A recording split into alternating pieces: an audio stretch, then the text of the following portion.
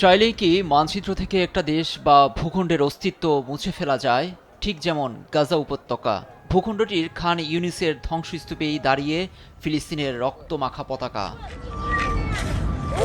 উপত্যকার অন্যান্য জায়গার পাশাপাশি একসময়ের জনবহুল খান ইউনিসে আগের মতো নেই উচ্ছ্বাস। তবে হামাস ইসরায়েলের যুদ্ধবিরতি বাস্তবায়নের ফলে এক কাপড়ে বেরিয়ে পড়া মানুষগুলো ফিরছেন আপন নিবাসের সন্ধানে। কিন্তু ইসরায়েলি বোমায় সবই যে ধ্বংস, সেই ধ্বংসের মাঝেই নতুনভাবে শুরুর স্বপ্ন বুনছেন এই মুক্তিকামী ফিলিস্তিনিরা।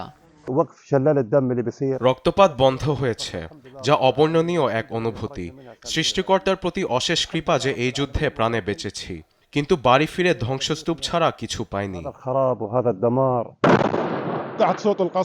সবকিছুই শেষ করে ক্ষান্ত হয়েছেন নেতানিয়াহু। কিছুই নেই, বাড়ি ঘর ঠিক আছে কিনা দেখতে এসেছে। নাটকীয়তার মধ্য দিয়ে প্রাথমিকভাবে ৪২ দিনের জন্য যুদ্ধবিরতি কার্যকর হয়েছে গত রোববার থেকে। কিন্তু এর বিরোধিতা করেন বিনিয়ামিন নেতানিয়াহু সরকারের উগ্র কট্টর ডানপন্থী অর্থমন্ত্রী বেজালেল স্মোটরিচ। আর্মি রেডিওতে সাক্ষাৎকারে হুঙ্কারে বলেন, উপত্যকা দখল না নিলে নেতানিয়াহু সরকারকে নিজেই উৎখাত করবেন। যুদ্ধবিরতিকে ফিলিস্তিনের স্বাধীনতাকামী সংগঠন হামাসের কাছে আত্মসমর্পণের শামিল বলেও মন্তব্য করেন এই উগ্রমন্ত্রী। হামাসকে পরাজিত করার বিকল্প নেই মনে করেন তিনি। এদিকে যুদ্ধ বন্ধের পেছনে নিজেদের বিজয় দাবি করে বিধ্বস্ত গাজা পুনর্গঠনের প্রতিশ্রুতি দিয়েছে হামাস।